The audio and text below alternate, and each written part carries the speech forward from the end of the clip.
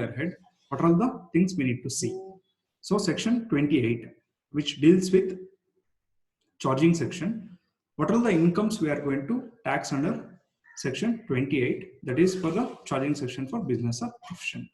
Prima facie, first it starts with profits and gains of any business or profession carried on at any time during the year. That means what is business or profession? A business, we can say other than profession, because profession has been defined as if it's a vocation where the prescribed qualification is holding, like a doctor, advocate, or a chartered accountant, or an engineer, like that.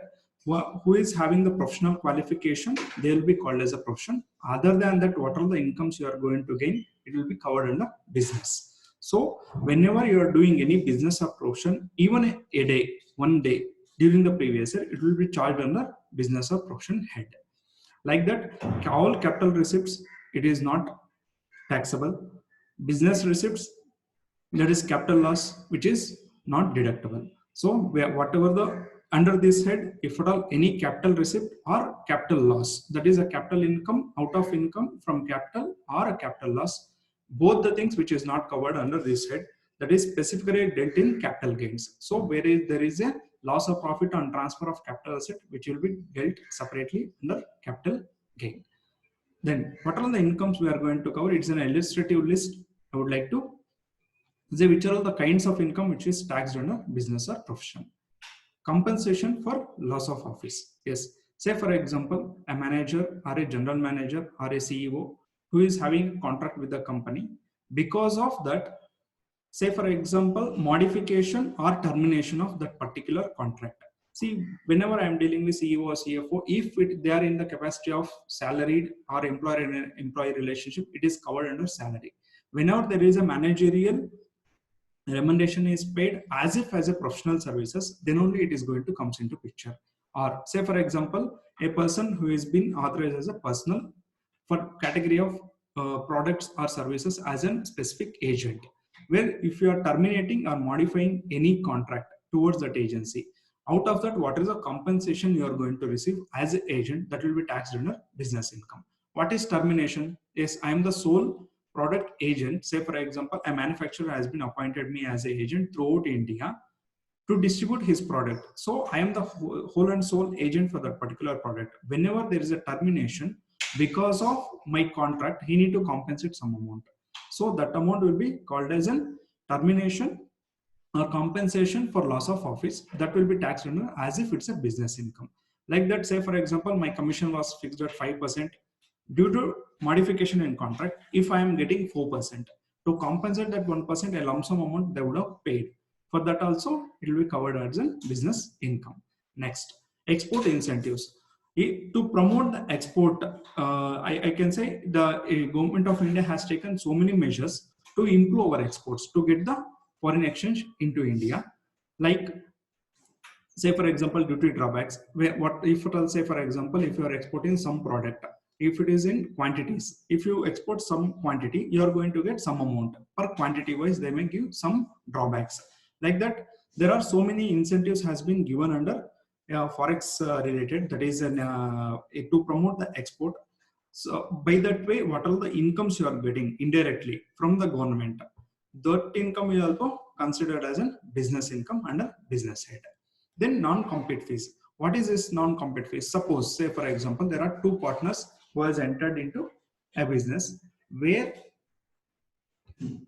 they have invented some product, or they have modeled some way of doing business. Wherever they have modeled, because of that, they would have earned some income, and it's an ongoing business also. Because there is a dispute between the partners, if one partner is leaving the business, they may enter into such a way that whenever you're out of the business, you should not carry on business for so many years, maybe 5 years or 10 years in the similar line. There may be terms and conditions may be there. Wherever there is an those kind of contracts has been entered, out of that contract, what is the income you have received, that will be taxed under business income itself, even though it is not for the purpose of business, but in the course of business, whatever you have earned, that is also called as a business income itself. Then FMB of inventory. Say for example, stock in trade has been converted inventory, that is stock in SIT means stock in trade. Whenever a stock in trade has been converted into capital asset, so stock in trade, it will be in the closing stock of any profit and loss account. Whenever you are moving that particular stock into the balance sheet, so there is a movement of revenue asset to the capital asset. So fair market value, say for example, you cost of the particular product is 10 rupees. You're capitalizing that product because of whatever the reason. Say for example, I manufacture of AC. I wanted to utilize that AC for my office room. So stock in trade has been converted into capital asset. What is the value of capital asset is fair market value. Say for example, the cost of production of AC is 20,000 for me, but the fair market value may be for 25,000 at the price where usually the product has been sold. That 25,000 will be considered as a business income, and the same amount will be capitalized, that is shown as a fixed asset. So the difference of 5,000 automatically taxed. The benefit arising out of business or profession. Say for example, I am a cement dealer. In the course, target, if I achieve some target, they are going to give me gold coins. Let us assume whatever the gold coins I'm going to receive, even if it is in the nature of gift, but because of business, I got the gold coins, that will be taxed as if it's a business income. Like that foreign trip, say for example, I got a foreign trip for Target. That foreign trip, you need to value as a fair market value. What is the value of that benefit? You need to offer to tax. This is how it is going to deal. What are all the directly you are getting any benefit or indirectly you are getting benefit, that will be taxed as a business income. Next, remuneration received by partners. Yes, there are two partners, they are running the partnership firm. Whenever they are getting any remuneration from that particular firm, then it is treated as a business income. So remuneration, it might be, you say it is a salary or whatever the name you are going to use, but it is taxed as if it's a partnership income. That is, as a partner, what is the income you are receiving as a remuneration or as a salary, it will be taxed as if it's a business income. We are going to deal separately this part, the partners remuneration, in detail later. And income of trade or professional association from specific activities for its members. Suppose, say for example, as a tax practitioners association, you have conducted a program. For that program, you fixed some entry fee. Suppose 1,000 and the 100 members has been participated. 1 lakh you got the amount. Out of that, you have spent around 70,000 rupees for the event. Whatever the surplus is available, that 30,000 rupees you need to be charged to the tax as if it's a business income. Income earned after discontinuation of business. What is this? Yes, I am doing the business as an individual. Is it possible lifetime I am going to do the business? No. If there are two cases, one is when I am yielding to the losses, I may stop the business, or when there is no further scope for the business, then also because of age factor, I can stop the business or discontinue the business. In those cases, say for example, I got some income out of the previous years in business. As of now, I'm not carrying on any business because of actions of previous period. That is, before leaving the business, I have done some activities. Out of that, if I get any income, it will be treated as a business income itself. Suppose I have written off some bad debts, that is not received as an expenditure in P&L account, but later I got received, that is recovered bad debts. In those cases, the whatever the recovery of bad debts, it will be treated as if it's a business income. The business income can be classified into two parts for the purpose of income tax, that is speculative business and normal business. What is speculative business? Where there is no physical or actual delivery of product or commodity. Say for example, I am dealing with shares. Whenever I am purchase a share, a purchase should be credited to my account. Then it is called as normal business, or if I am doing in regular course, that can be called as a business income, or occasionally then it will be called as a capital gain. But when it comes to intraday trading, where there is no delivery of actual script, it is like I am going to buy the script on the day of purchase and the sale is also on the same day. That is end of the day, you need to compulsorily close the transaction. In those cases, there won't be any actual delivery of any commodity or script. That will be treated as speculative business. So speculative business can need to be represented or presented in IT returns separately, and whatever the incomes or losses out of that need to be shown separately. And the losses out of speculative business is carried forward for 4 years, and any losses carry forward which cannot be adjusted against the any other income other than speculative business. I have given example intraday trading. That's what I told, where there is no physical delivery or actual delivery of script, but you are trading. There will be a minus or plus that will leads to profit or loss, which will be treated as speculative business. In the same way, if you see, these are all transactions. Usually, you don't get the physical delivery and actual delivery. In those cases, it cannot be treated as speculative business. One is hedging contract. Say, for example, I know that in future, as of today, the crude oil is very low. I know that in future, after lockout season or anything, the price is going to go high. For that, I can hedge it. Say, for example, I take the script as if purchase as of today, and I'll sell it maybe after 2 or 3 months, where there is an hedging, so that I can hedge my risk to the extent possible by giving some margin. So these kind of transactions is not regulated or regarded as a speculative business. Like forward contract, this is also similar way. Trading in derivatives or commodity derivatives, wherever it's in risk management, whatever the risks are there, they are going to manage through the stock exchange or through the hedging contracts between the other people. These are all actually, it is to safeguard their business and to manage the risk or mitigate the risk. These cases, it is not regarded as speculative business. Next, these are all the incomes, whatever we have discussed, these are all the incomes where you are going to charge to taxation. Now, whenever you are generating some income, obviously there will be an inherent expenditure will be there. So let us see how we are going to deal with the expenditure. Yes, income tax, very elaboratively we will say everything is an income. I said day one itself, there are 5 heads of income. Whatever you are going to earn, entire receipts will be taxed as if it's under the income tax, one head or the other head. But when it comes to deductions or expenses allowed, they are very strict and they specify which is allowed as an expenditure, which is not allowed an expenditure. For business income, section 37, which is a general section, that is a general deductions are specified under that section. Let us see what it is. Firstly, there are specific deductions has been categorized or specified under section 30 to 36. There are specific deductions are specified. So other than that, 37 is going to cover. So if you want to use the 37, you need to first check 30 to 36. If it is not qualify under any one of the section, then you need to come for 37. That is general section. Now, what are the conditions? One, it should not cover under section 30 to 36. Next, not a capital expenditure. That is, it should not be in the nature of capital expenditure. It should be in the nature of only revenue expenditure. Why? In case of capital expenditure, depreciation is allowed. That's the reason specifically they say capital expenditure is not allowed under section 37. And the expenditure should have been incurred in previous year. What is meant by incurred? Again, it is like if you are maintaining cash system, that is going to drive. If you are maintaining accrual system, that is going to drive.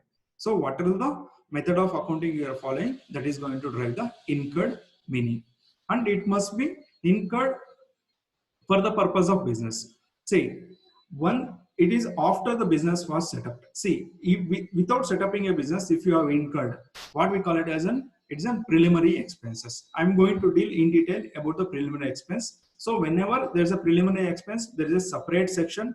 There you are going to claim the expenditure. Wherever after the business has been set up, that means commercial, if in case of manufacture, the commercial production should have been started. It's not a test run or something like, not like that. Commercial production has been started. In those cases, the business expenditure is allowed. And it should not be in the nature of personal expenditure. Say, for example, I'm having a car. I'm using for the purpose of both office and personal. In those cases, the petrol or maintenance expenses, we need to apportion accordingly, which is in the nature of to devoted to the business. That portion you need to devote it specifically and you need to claim the expenditure. Entire amount is not allowed as an expenditure. And whatever the expenditures you are meeting, it should be legal. Say, for example, if you are paying any bribe itself is illegal. So whenever you are paid bribe, paying and accepting both are illegal. In those cases, those things which is not allowed as an expenditure. So whenever you are claiming any expenditure, it should be legal in nature. So penalty. Usually penalty is for not doing the correct thing or not doing the you need to do some mandatory thing but you have not done. That is, it is like compensatory in nature. It is like penal in nature. You have not done the correct thing or you have not at all done the whatever is required. In those cases it is penalty is levied, so those penalties also not deductible. So indirectly if you see, they are not encouraging any penal provision. So whenever there is a penal provision, the penalties is going to comes into picture. So they're not encouraging any such cases. And when it comes to expenditure, yes, I'm using my transportation from office to house. I'm using car. AO cannot question that why you are using car. Why can't you use two-wheeler? Or I'm using a mid-segment car or a higher segment car. AO cannot question that why you are using higher segment car. That is my will and wish. So they cannot quantify or question the nature or necessity of expenditure. Only they need to see whether it's going to qualify and is it a genuine expenditure. That's all they need to see. They cannot question the necessity of expenditure. Say for example, for transport also, the travel also. There are different modes of transport. I can go in one vehicle or through public transport or through airways, whatever is possible. See, that is my will and wish whether I am going to use which is a mode of transport. You cannot direct me why you haven't used the specified transport where you are going to claim lesser expenditure. That is left to me. This is what the one of the circular, and there are plenty of case laws are there with related to this. And then some of the important circulars about allowability expenditure. See, once there is an act and rule, obviously there will be different doubts. Time to time it is going to come. That has been clarified through different circulars. I have taken couple of circulars. Let us see what it is. Premium paid on KIP means Keyman insurance policy by the employer. Suppose I am a company and that company has a face. Say for example, a film actor has been appointed as an ambassador. Because of him, I have appointed him as a CFO or CFO designation also. Because of that face value, the business is running. If that face is not there, the business is going to collapse. In those cases, it is quite possible as an employer, I can have an Keyman insurance policy. Whenever I am paying such premium towards that, that will be allowed as an expenditure. In the similar way, whenever any amount received from KIP, that will be taxed as if it is a business income. Then expenditure incurred on CSR. What is CSR? Corporate social responsibility. Even though CSR has been specified and it's a mandated under Companies Act for the certain companies, but income tax deals in different way. That CSR activity is neither related to your business or not at all required for your business. So it is not allowed as an expenditure. There are different arguments towards that because the CSR itself, the act itself mandates under Companies Act to do the CSR, it should be the part of expenditure, it should be allowed. The both arguments are possible. As of now, the department is not allowing any business expenditure towards the CSR. Next, expenses on providing freebies to medical practitioner. See, I'm a medical manufacturing company where I wanted to promote my product. Is it only through medical practitioner? It is possible. I cannot go to the patient and I cannot promote it. So there is a person who is prescribing the medicine and I can promote through him. So what are all the freebies I am going to give it to the medical practitioner? That is not allowed. What is the intention? The medical practitioner, that is a doctor, he should not be guided by any company or anything. What he feels right, he need to do it. Just because of someone's intervention towards his financial support or any benefits he is giving, he should not be driven by that. That's the motive of this. And also under medical council, they have barred to accept any freebies or any benefits from the company. Even though indirect ways they are doing, but directly it is not allowed.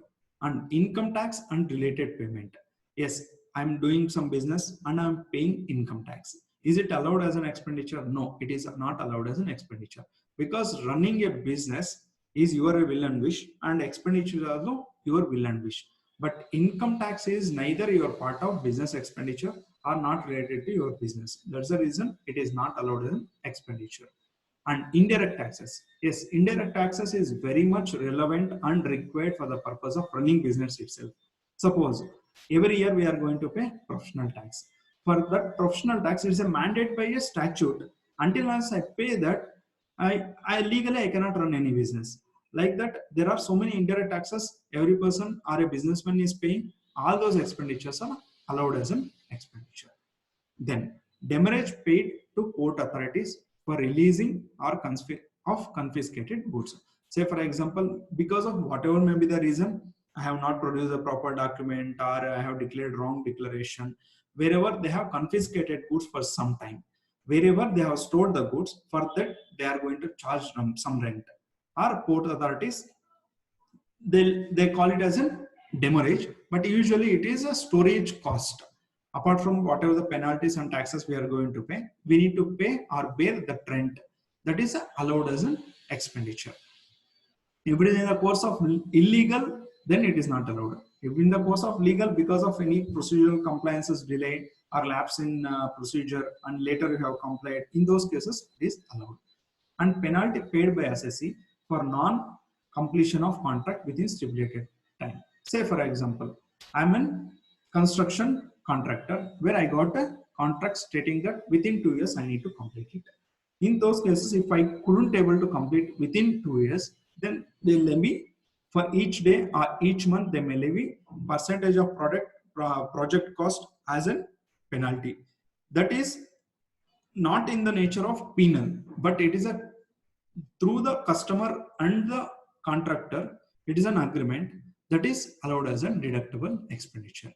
Any expenditure on advertisement in souvenir, brochure, or any pamphlet published by the political parties, which is not allowed as an expenditure. So, which is allowed as a separate deduction under Chapter 6A, that is 80 GGC, but as a business expenditure, it is not allowed. And let us go to specific deductions. That's what I am telling under section 37. I said section 32, 36, there are specific deductions are there. Now let us see what are those deductions. I may not be able to give you entire sections, but wherever I feel important, I have listed out and let us discuss towards that. Depreciation. One of the major section on overall basis, I'll tell you simply.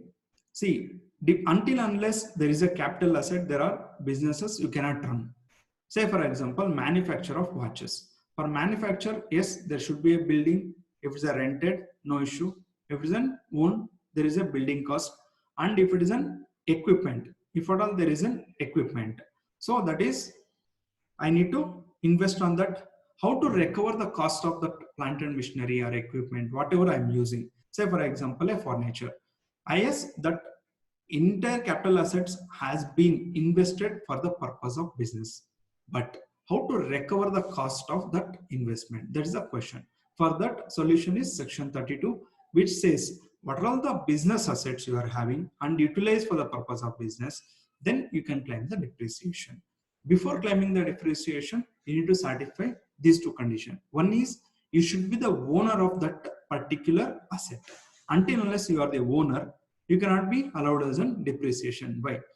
If I am not the owner, what I am going to do? I am going to pay rent or lease.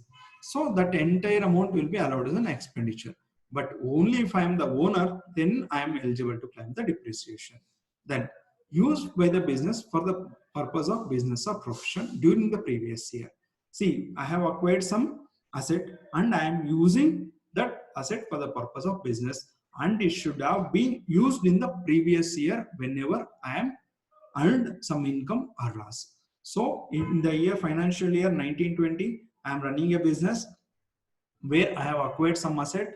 Now I am claiming the depreciation. Suppose 2021, I discontinued my business, but still the asset is lying with me. Can I claim the depreciation? No, because until unless you run the business or profession in that particular year, even for one day, you are not eligible to claim the depreciation. So if you run for one day also, you can claim the depreciation for entire year. That's what the summary. Then ownership. What are the types of ownership? I can say part or full. What it is? part ownership, that is a joint ownership. Say for example, me and my brother are joint holders of a building, but I am using the building for the purpose of business. In those cases, entire building value can be claimed as a depreciation in my hands, even though there is a co-owner for that. Then register or beneficial owner. Yes, in a partnership firm, yes, I am owning a car and I am using for the purpose of partnership firm. So I need not to transfer that asset to the partnership firm. It's okay. Even then, the beneficial owner is a partnership firm, but registered owner is a partner. Even then, if I transfer that asset to the partnership firm books of accounts, I am eligible to claim the depreciation. Again, you need to substantiate, yes, I have claimed that expenditure, or I have spent, or I have utilized that asset for the purpose of partnership income or loss, whatever. Then, say for example, I am staying in rented premises where I require a small room to be constructed. Small rooms to be constructed, definitely it is not a revenue expenditure because the life of that room is more than 12 months, definitely more than one accounting year. So I am eligible to claim the capital. It will be called as a capital expenditure and it will be called as a capital asset like building. In those cases, yes, I am eligible, whatever the amount I have spent on that particular asset, that I am eligible to claim the depreciation. In this case, you cannot say that yes, the land is not belongs to you, though so construction cost I am not going to give you as an expenditure by way of depreciation. No, you cannot say, because yes, I have taken the rented premises, I got the permission from the landlord for such construction, out of my resources I have constructed it. Yes, it is qualified for as a capital asset and it will be allowed as an expenditure as a depreciation. Next, what is the quantum of depreciation is allowed? Say for example, I am using a generator for purpose of my business or profession. Are you going to use the generator for 24/7? No. Whenever there is no power, you are going to use the generator. You cannot say that here I am going to do the pro rata basis. How many hours you have utilized for business or profession, that many hours I am going to give the depreciation. No. Once you say that particular asset has been utilized or it is ready to use for the specific business or profession, then it is entire depreciation is allowed. The only thing, it should not be used further than business purpose. That's the only condition. It need not be like daily 24/7 or monthly you need to use, nothing like that. But it should have been dedicatedly used for the business or profession. That is a criteria. And see, yes, because we have 365 days, it is possible that you cannot say only on 1st April you need to buy the asset. It is quite impossible. So whenever it is required, you are going to buy it. So what is the rate of depreciation that we are going to discuss? But what is the quantum of depreciation is allowed? If the asset has been utilized less than 180 days, then 50% of allowable depreciation. Say for example, a building cost is 50 lakhs and suppose 5% is a depreciation rate. Depreciation is allowed for 2.5 lakhs. That is 5% into 50 lakhs.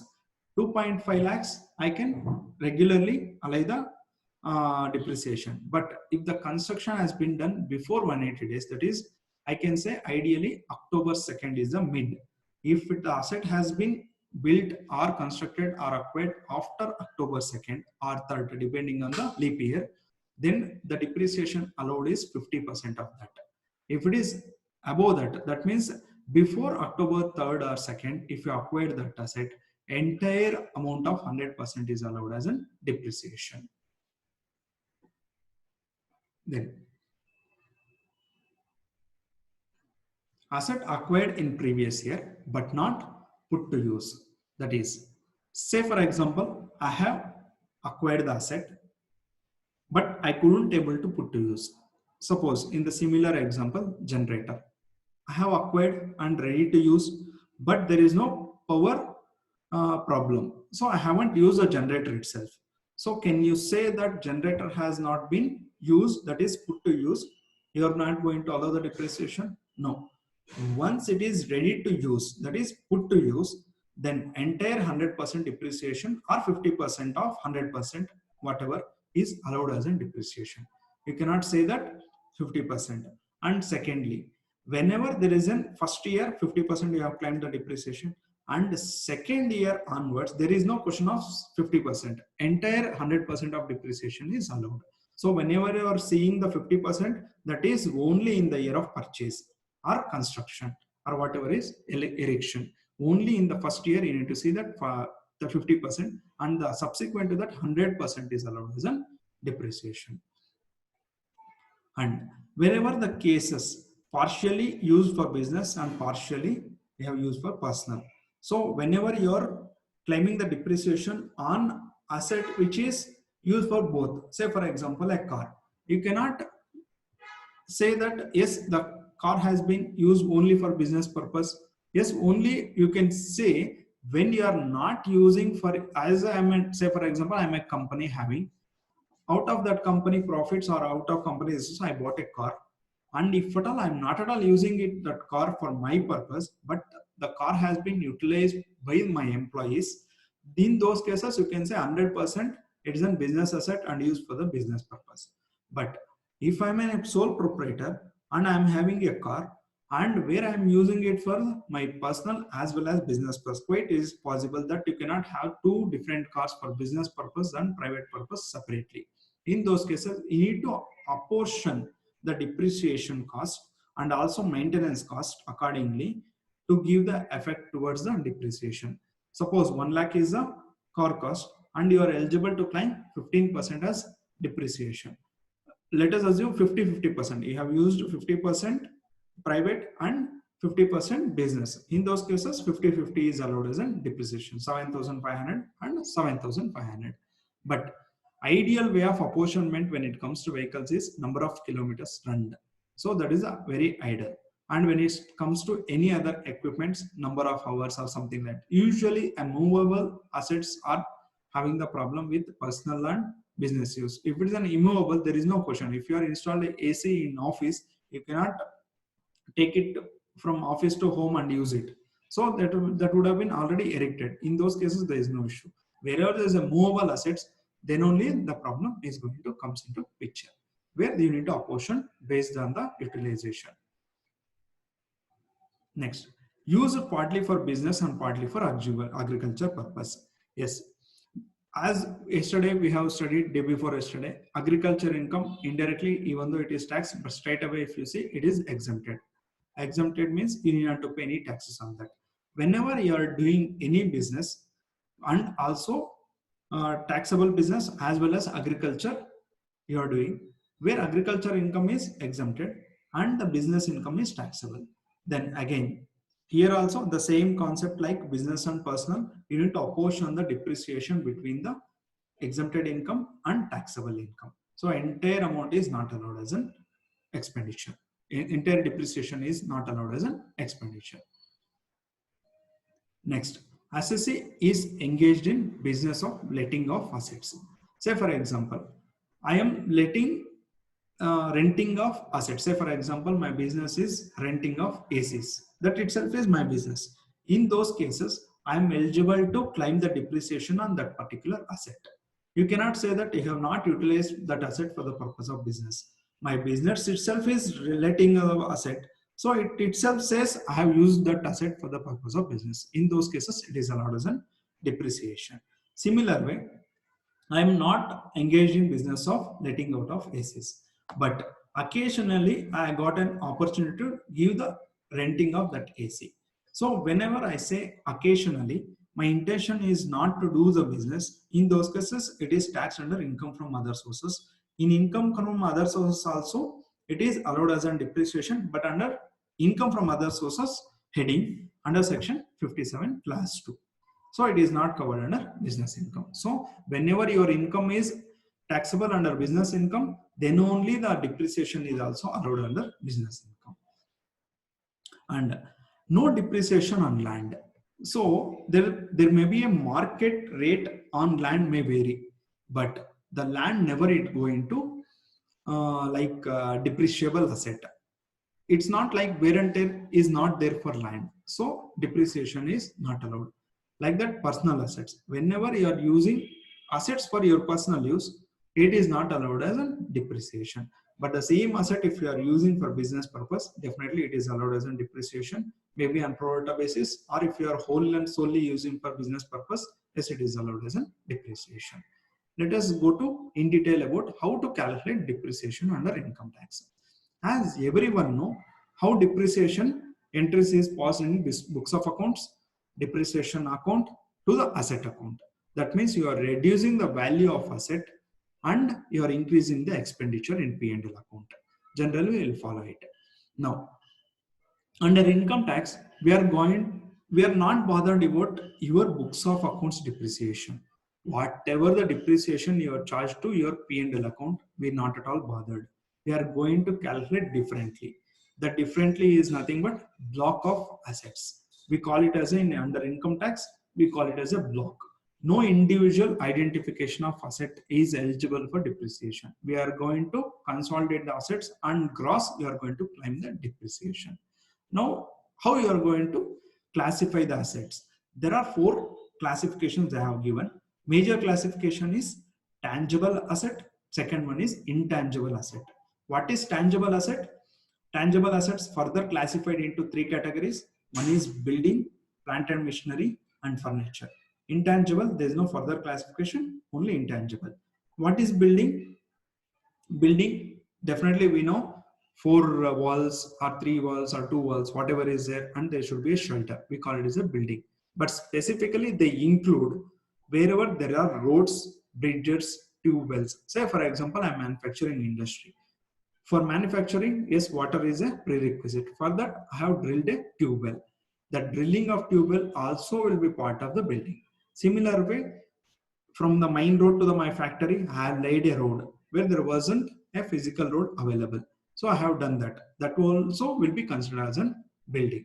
And wherever there is a bridges, if at all any bridge is required between the main road to the whatever is available with the factory, that is also part of the building. Whenever you are incurred along with building, is related to the building, that everything will be considered as a building. And machinery, that is what is plant and machinery. So I have categorized further into plant and machinery as what is machinery and what is plant. Machinery is essentially and directly connected to the production or manufacture. Say for example, I am manufacturing of some car. For manufacturing, definitely a manufacturing machinery is required. Wherever directly that manufacturing of car is incurred or connected to that particular machinery, that is qualified under machinery. Wherever that is not connected directly, that will be classified as plant. So there's a reason plant specifically I told. What is plant? Any other asset essentially to carry out the business. It is also essential, but it is not directly connected to the production. And includes, what plant includes? Ships, vehicles, books. Books is also part of the plant, because if you see the depreciation schedule under income tax act, it includes books also, and the scientific apparatus and surgical equipments used in the business. So these are all includes. What is excludes? Say for example, a tea estate. If I am doing some agriculture activity, TSS, what it excludes? Tea bushes, livestock, animal and human body are stock in trade, and building. So building is also outside the ambit of plant. Then it comes to furniture. What is furniture? Furniture is required to the extent, may not be mandatorily required to run a business or a production or a manufacture. Say for example, I want to sit on a table and chair. Is it mandatory? No, I can sit on the ground, I can do the work. So it is a convenience or decoration item where it is not mandatory to do the some activity, that is classified under furniture. And intangible asset, yes, which is not tangible, that means a software or a copyright or a patent or a royalty, those kind of assets are classified as an intangible assets. Now, what are the methods of depreciation is allowed under income tax? Yes, everyone knows there are different methods of depreciation under accounting, but income tax act recognizes only two methods. One is straight line method and written down value method. Here also, where there is specific, straight line method is allowed only to the business which is engaged in generation, transmission, distribution of power. Other than that, mandatory you need to go with the WDV. Let us see how to calculate depreciation with an example. Yes, I said it's a block method. So there are 4 blocks. I said one is I'll take plant and machinery together, then furniture, then I'll take building. These are all the blocks. Yes, whenever you bought a computer, then I'm going to categorize it under plant and machinery. That is 50,000 rupees. Let us assume. And yes, I have taken a table around 10,000 rupees. Definitely it is a furniture. And building, say for example, constructed is 1 lakh. So these are all the assets. And I have a mobile and vehicle. Mobile classified under plant and machinery. Let us assume it is 15,000. It is purely for business. And vehicle, let us assume it is 8 lakhs, purely for business. Now, the question is how you are going to calculate. Before classifying the block or anything, you need to first know the percentage of depreciation. What is the percentage of depreciation? One is computer. What is the rate of percent? That is 40%. Table, it is 10%. These are the percentages are not discussed. Now I am discussing. And when it comes to building construction, it is 5%. And mobile phone, it is 15%. And vehicle, it is 15%. So whenever you have classified the block, now you need to further reclassify according to percentages. So I said computer is 50,000 and it is 40%. So you cannot club the computer with the mobile. So you need to further classify it into another block. Plant and machinery at the rate of 40%. Plant and machinery at the rate of 15%. So I'll move the computer to this block and let the mobile and vehicle be here. So this will be the block.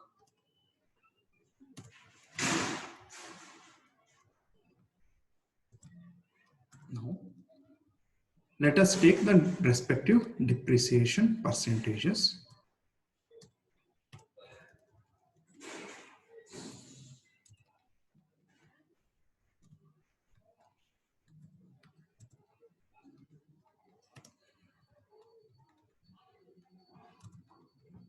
So this is the respective depreciation percentages. And now depreciation. Depreciation is nothing but value into percentage, that everyone knows. So this is the value of depreciation. Now let us assume in the same period we have an addition on 1st of November. Now as we discussed, because if it is 1st of November, it would have been utilized or brought into the business within 180 days. So it is qualified for only 50% of depreciation. How much? Let us assume computer, another 50,000. What is the quantum of depreciation is allowed? That is 50,000 into 40% into 50%. That means half of the depreciation of regular. So what is the total depreciation allowed during the year? 10,000 plus, sorry, 20,000 plus 10,000, it is 30,000. What is the net block? So total block of 50 plus 50 minus total depreciation. This is a net block. So net block is opening block for the next year.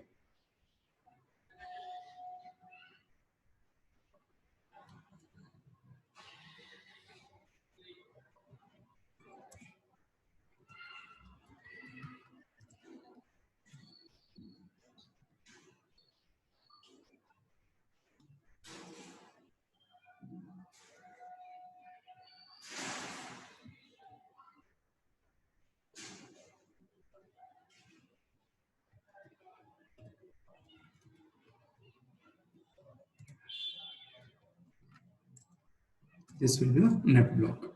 Now, let us assume next year I sold vehicle. Sale of vehicle. Let us assume ideally it should be less than 8 lakhs because we bought the vehicle at 8 lakhs.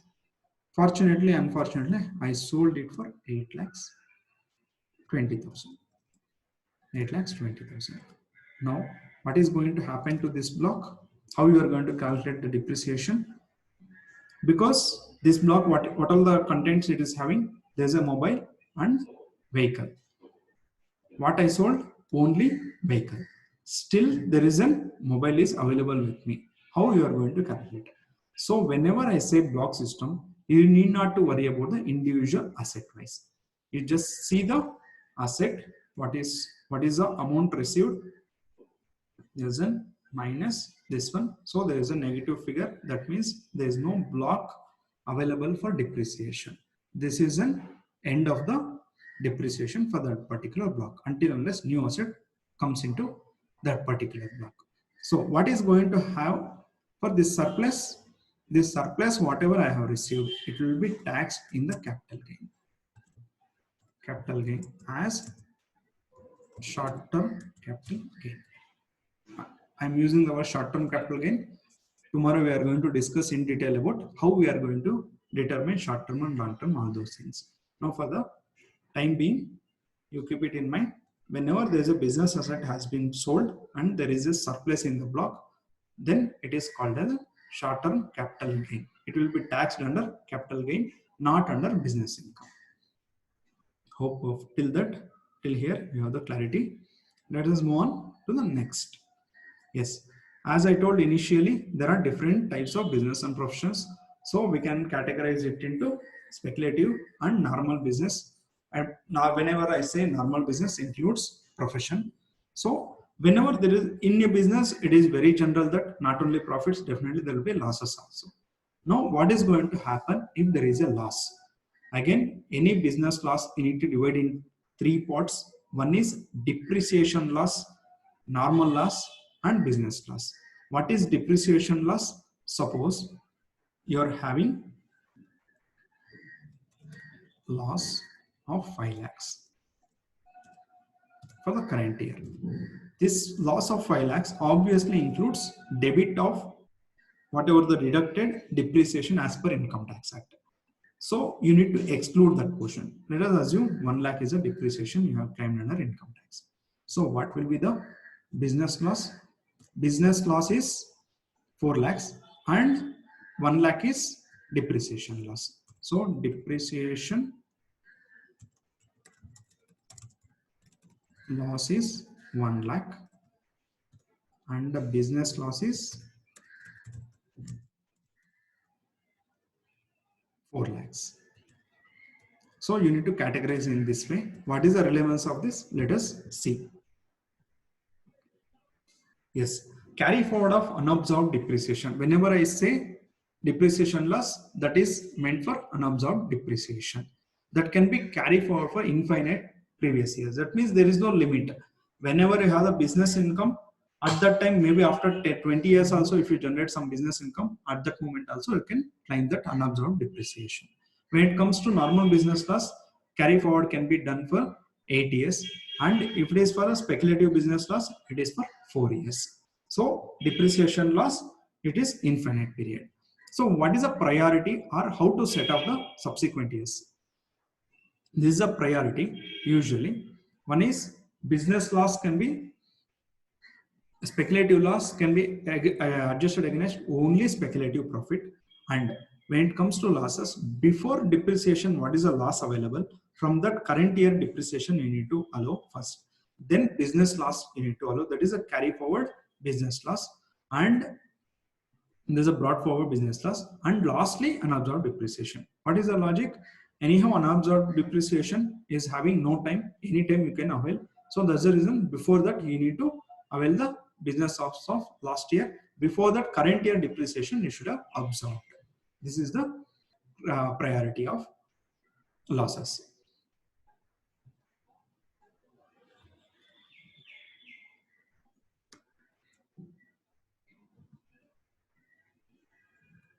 Actual cost of asset. See, whenever I say an asset has been capitalized and you are claiming the depreciation, yes, there should be a different assets should be available.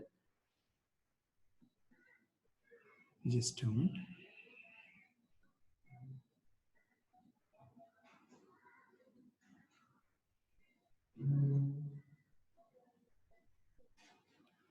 Yes. What are the cases? In different cases, what will be the actual cost for the purpose of income tax to claim the depreciation? That's what we are going to discuss. Let us discuss first asset used for scientific research. See, there is a specific provision under section 35 AD. What it says, whenever you are doing any activity of scientific research which is approved by the CBDT, then 100% of capital expenditure is allowed as a regular expenditure. You need not to claim the depreciation over a period of time. In the year of outflow of your cash, that is, whenever you bought the asset, then and there itself you can claim the entire asset value as an expenditure. Whenever you are selling that particular asset, what is the cost you need to see? So whenever with related to scientific research which has been allowed as an expenditure under 35 AD, then the actual cost will be nil. Then conversion of capital asset into stock in trade. Fair market value of capital asset. Say for example, I am having a land. Now I intended to make the sites as it's a pieces of land, and I want to sell it as a real estate. In those cases, fair market value of the capital asset will be considered as a cost of acquisition for the purpose of income tax in P&L account. So you are moving capital asset from balance sheet to opening stock as if it is a stock in trade, opening stock or a purchase as a stock in trade. So fair market value of capital asset will be the cost of your trading account. Then conversion of stock in trade. The same way, if that particular asset has been used in the business, then WDV, that's a fixed asset. I mean to say, if that particular fixed asset had been used for the business, now you are taking out of the business, then WDV to the previous owner will be considered as a cost of asset. Then acquired by goodwill or will or inheritance. WDV of the previous owner, whether they are running the business or not, that's a previous owned. Whoever, my father has gifted me a car, whether he was running a business or not, irrespective of that, I need to calculate as if it has been used for the business. I need to calculate the WDV and what is the residual value I'm going to get, that will be adopted for the purpose of actual cost for the purpose of depreciation. Here also conversion of stock in trade into capital asset used for business. Similar logic. Whether they have claimed or not, we are going to claim the depreciation. And second hand asset. Whenever you are having a second hand asset, there is always there is scope for valuation differences. Say for example, I bought a car for 1 lakh rupees. I might have shown in books of accounts as 5 lakhs. It's quite possible because there is no first-hand information like invoice or nothing like that. It's a mutual consent on that we would have bought the car. So whenever there is an ambiguity with the AO, that is assessing officer, if you have any problem with valuation, definitely he can adopt his own value for that purpose. There's an enhanced cost. It is 1 lakh to 5 lakhs, whatever I have enhanced. He can again bring it back to the 1 lakh and he can calculate accordingly. This is possible only with the approval of JCAT. For small cases, they don't do it. If it is done, say for example, in a manufacturing industry, the plant itself has been acquired in second hand. If they have any doubt with regard to the valuation, definitely they can do so. Reacquisition of asset. That's an, say for example, initially I have used for business and I have taken it for personal use. Again, I am bringing it back to the business use. So whenever I am bringing back, you need to calculate the WDV at the original transfer, and you need to see the present value of the what is a reacquisition. At present, what will be the value of that asset? You need to consider whichever is lower. Say for example, I have used the car and I have taken the car outside the business. At the time, WDV is 5 lakhs. Now I am bringing the car. The cost of reacquisition is something like 3 lakhs. If I am telling that I am taking out the car, that means, say for example, I am a partner in partnership firm.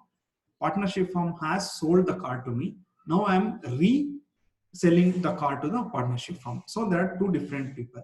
In those cases, you need to see the what is the present acquisition, at what value you are doing, and what is the WDV, whichever is lower.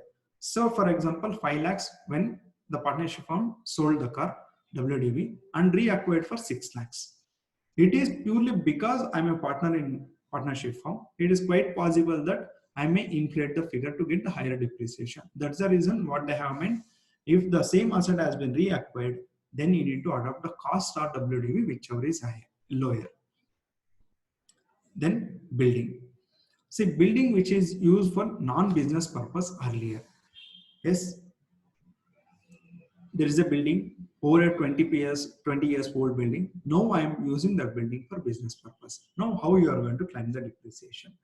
Now you need to see what is the actual building cost, and you need to deduct deemed depreciation as if that building has been used over a period of time.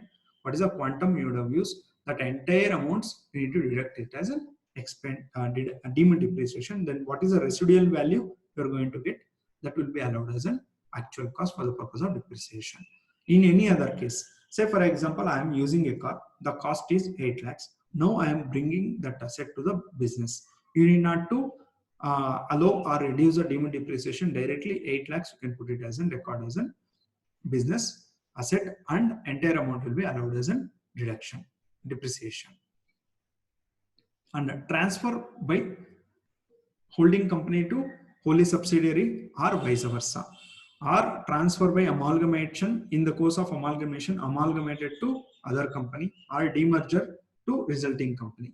In those cases, what is the cost of asset to be recognized in the books is the WDV cost in the amalgamated or demerged or holding a subsidiary. Say for example, there is a ABC company and XYZ is a wholly subsidiary. In the ABC company, that is holding company, the W value is 5 lakhs. In the wholly subsidiary, you need to record the same value of 5 lakhs. You cannot inflate or deflate. So whatever the amount recorded in books, the same amount you need to record in the other company also. Foreign asset brought to India by non-resident. Wherever there is a foreign asset has been existing, now he is bringing that asset to India. In that case also, you need to take the actual cost of that asset and you need to reduce the deemed depreciation. What is the residual value available? On that you need to claim the depreciation. Then the last topic for the day, amortization of preliminary expenditure. As I said initially, under section 37, 35D, that is preliminary expenditure is not allowed under section 37. Why? There is a separate section which deals with the amortization of preliminary expenditure, that is section 35. What is preliminary expenditure? Before starting a business or before starting a production or anything, there should be a setup is required. For that setup, there will be a cost incurred. In those cases, whatever the cost incurred to that particular extent, that we call it as a preliminary expenditure. How you are going to deal with that preliminary expenditure is a question. Now, to whom this provision is applicable? To an Indian company and any other residents in India. Ideally, only for residents it is applicable. For non-resident, this provision is not applicable. Now, what are the eligible expenditure under preliminary expenditure? First is, if it is incorporated a new company. In those cases, for setting up a business, whatever you have spent for drafting of MOA or incorporation or getting licenses or anything with related to incorporation, that entire expenditure will be called as a preliminary expenses. When it comes to existing business, yes, I am doing some sandal manufacturing business. Now I want to do the manufacturing of perfumes. For that, I need to do a lot of legal procedures where, because I need to amend the MOA, I need to get the approval from ROC, I need to get the approval from different registering authorities. What all the expenditures I have spent for that particular purpose, that entire amount will be qualified as a preliminary expenditure. So if it is a new business, before starting of the business, till that what are the expenditure you have made, and if it is the existing business, then for the new project, what all the expenditure you have met, that will be qualified as an expenditure for the preliminary expenditure. Now, what is the maximum amount allowed or considered for the preliminary expenses? First, in case of a company, 5% of the project cost or capital employed, whichever is higher, is allowed as a preliminary expenditure.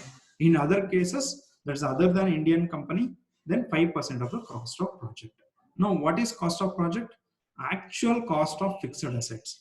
What is fixed assets? Land and building, plant and machinery, furniture, whatever it is there. That entire amount, 5%, and you are going to compare that 5% of actual cost of fixed assets against the capital employed. That means by way of capital pooling, that is share capital or debentures or long-term borrowings. You're going to see the both the figures, and whichever is higher, that is higher of 5%, will be allowed as a deduction towards the preliminary expenditure. So what is the qualifying amount? This is the maximum amount. So this is the maximum amount. Now what is the qualifying expenditure? Maximum amount, whatever you got it out of here, you are going to compare with the eligible expenditure, that whichever is lower will be allowed as an expenditure. Say for example, actual expenditure we have met 5 lakhs. Because of the above qualification, because sorry, calculation, you got 6 lakhs. So it is allowed as 5 lakhs. That is actual is 5 lakhs, that is allowed as an expenditure. Suppose in reverse, 5 lakhs is actual expenditure and 4 lakhs as per the calculation. So it will be allowed only 4 lakhs as an expenditure. So what is the quantum of deduction? 1/5 of the expenditure is allowed as a deduction for the 5 successive years. That means if it is a 5 lakhs is allowed, 1 lakh each year for the period of 5 years, it is allowed as an expenditure, as if it's a business expenditure.